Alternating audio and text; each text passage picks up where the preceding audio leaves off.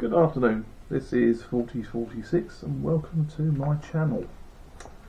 Today's video will concentrate on art, the earliest forms of art, the cave paintings and things obviously found on stones from at least 10,000, possibly 12,000 years ago. It could be longer, however many of these things get weathered by time and they don't last forever. It also predates writing, which is one of the first things that people used, but before that paintings were quite a common thing, just to sort of document someone's account of an event that may or may not have happened. For example, the hieroglyphics, which are a language, but quite an early language because used a lot of pictograms.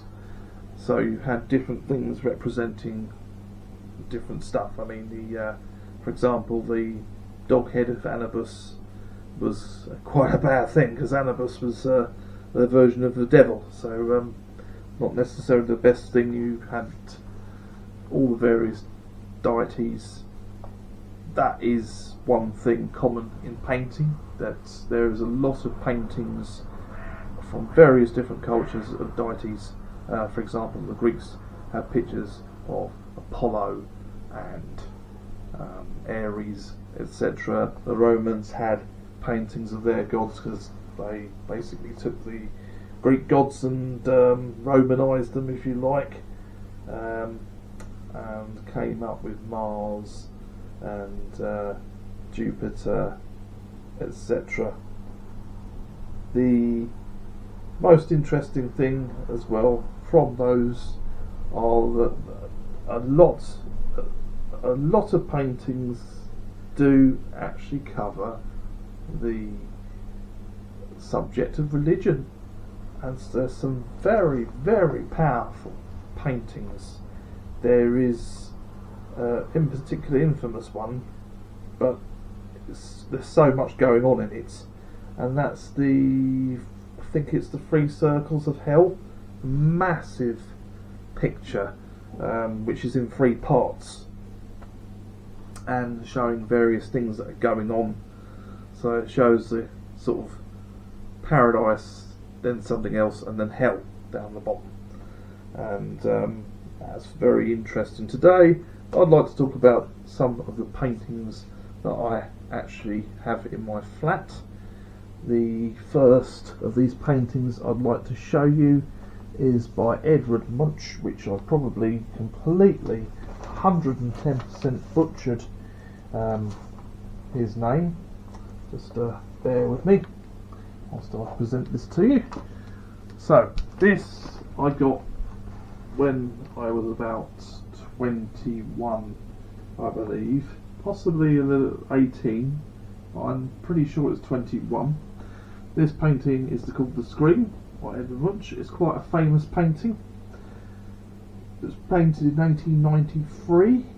There are several versions of this, and infamously this one got stuck. The actual original got stolen from an art gallery, but strangely enough, it was, rather than being returned, it was found. So it was found rolled up in a tube, which, to be honest, for such an old painting is quite bad in many ways. The most recent painting I got, or should I say print, because, well, I'd have to be a millionaire or billionaire even to own some of these paintings, if I actually had the original versions, is The Wave, the Great Wave of Kauranaga, which I probably mispronounced. This particular painting I've got in my bedroom, it's absolutely massive print. It's believe it is the earliest picture evidence of a tsunami. Possibly the waves by artistic expression are probably not quite so massive, although there could have been. And you've got Mount Fuji in the background, even so much so that I've actually got The Wave in my tattoo. Also, bearing in mind the part of the world it's quite strange because obviously you had the tsunami in 2011 after the earthquake, which caused the Daiichi Hitachi nuclear incident in Fukushima in Japan, and we're still living with that today. Not necessarily in this part of the world, but the amount of radiation that's leaked into the Pacific Ocean is horrendous, is horrible. They're nowhere nearer to decommissioning it, and unfortunately, if it had only just been one reactor that melted down instead of 4, they might have got on top of it by now. Even sending robots inside is something in its own right. There is a YouTuber that makes videos on all the nuclear incidents that have happened. I think it's called Plainly Difficult. He does a lot of videos about various incidents that have happened involving radiation, which is probably a word that I'm not going to say anymore because it'll probably get demonetised when this does get monetised, so I will stop using that word. And yes, he makes some very good videos on there, and he uses a VPN to look up quite a lot of this stuff, because I suspect you'd probably get put on a list of some description if you kept looking into all this stuff, normal things. I'm not sponsored by VPN. Again, I'm not sponsored by any of these particular ones. The last painting I'd like to show you was done in MS Paint, and it's from a website called Jim Will Paint It. He's done various different paintings. This particular one is of pop culture icons from the 90s. As you can see, the very, very scary Mr. Blobby. If just look, the person in that suit just completely and utterly lost the plot, and that's all I'm going to say. If you YouTube it, and it's not dodgy in any way, but he just throws himself around everywhere. It's pure insanity. Then you've also got things like Richard O'Brien, which was from the original Crystal Maze. This is quite a lot of British pop culture, but as you no doubt have noticed from that, and for example, that there's quite a few American pop culture, because in the 90s we imported a lot of American television. There are various characters there from children's television and from various TV shows and things, and to think that this was done in MS Paint is something in its own right. It's quite great. Just check it out. Jim Will Paint It. He's at least 100 different ones, if not more, so than these. But some of you may not like that, but you all have your own things that you'll like. You've obviously got that picture by Andy Warhol of the Marilyn Monroe's in all the different colours, and the Campbell soup in its tin, being a painting of such a thing. Lots of different people enjoy it. There's many art galleries.